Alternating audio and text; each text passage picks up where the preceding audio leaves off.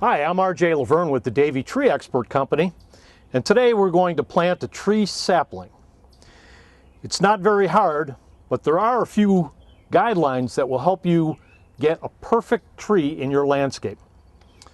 Now, the first guideline is to choose the right tree for the right space.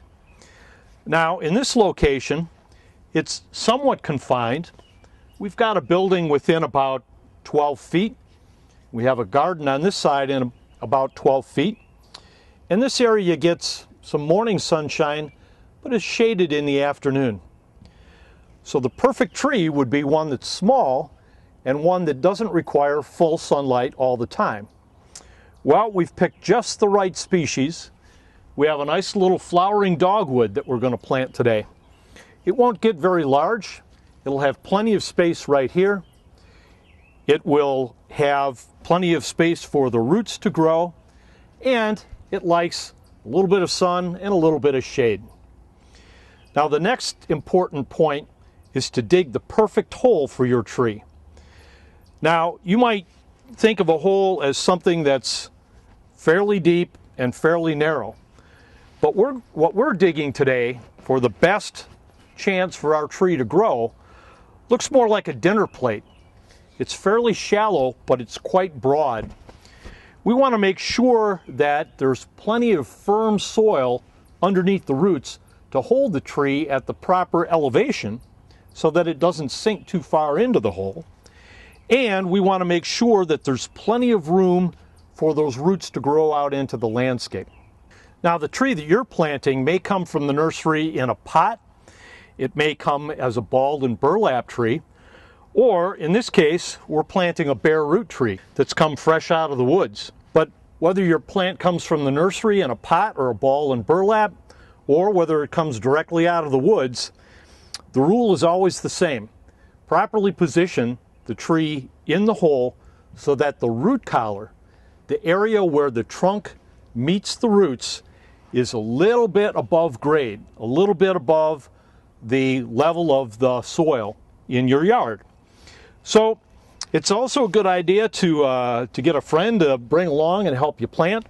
So for the last few minutes, we've been working on digging just the right hole, and we've made the hole a little bit deeper in some parts and a little bit shallower in others in order to accommodate the root system of this tree. If I place my shovel handle across the hole, that's about grade. And I want the root collar of the tree, where the trunk meets the roots, to be just a little bit higher than grade, right around there. So while my friend holds the tree right in that position, I'm going to get to work on filling in the soil gently around the roots. And don't be afraid to get right in there with your fingers. Break up the larger clods and just gently move that soil into place, making sure that you don't leave any large pockets of air in the soil, and at the same time you're not crushing those tender roots.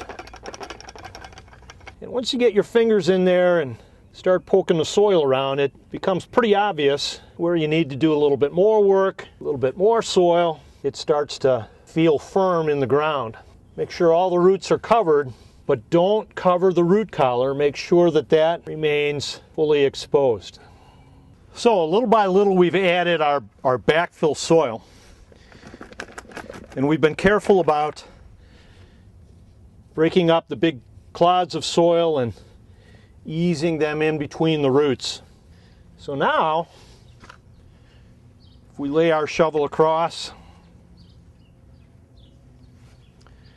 we can see that we're just right about where we want to be. The root collar is just a little bit above grade. Looks pretty good.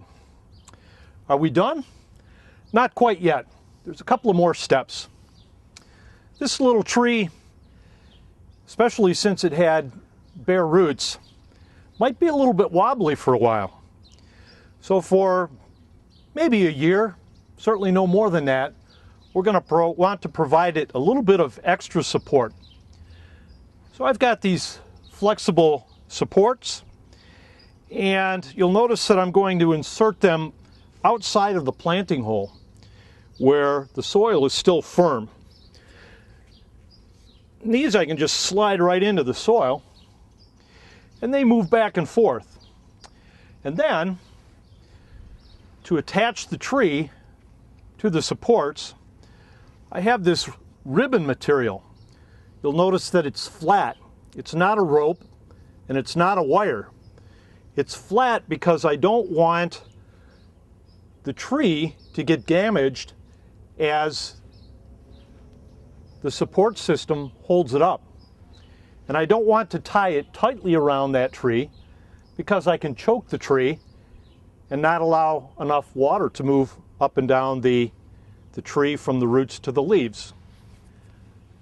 So I'm going to position this, in this case, about half as tall as the tree is, and wrap it gently around the tree one time, making sure that the tree can still wobble and build strength in the wind. And then I'll simply tie this off on the other side. And I'll make sure to check this from time to time. We've established the right hole at the right depth. We've done a good job with backfilling around the tree, and we've provided some gentle support to help the tree grow strong. Are we done yet? Not quite. One more thing to do, and that is to add mulch. The mulch does several things.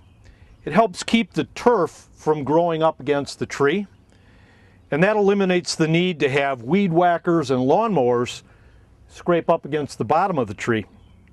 But it also helps to keep the soil cooler in the summertime, and it helps retain the moisture in the soil. So we've got a little bit of mulch right here.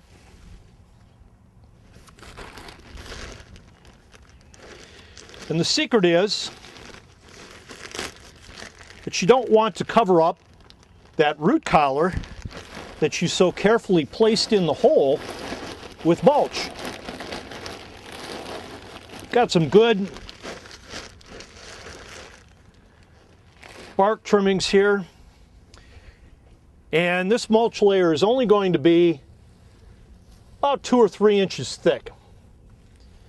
I'm going to move that around the base of the tree and then pull it away from the root collar. I don't want to bury that.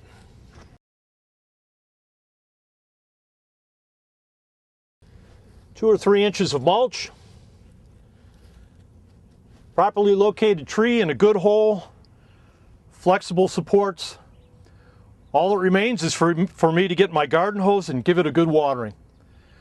I'll come back every other day and check on my tree, water it when it needs it, maybe even apply a little bit of slow release fertilizer in the fall to stimulate new root growth. Before you know it, I'll have plenty of shade from this beautiful dogwood tree. So, that's about all there is to planting a tree seedling. I encourage you to go out and find a tree to plant. Your kids will enjoy it, your grandchildren will enjoy it, generations to come will appreciate the work that you've done in planting a good tree. That's all for now. Thanks for joining us. See you next time.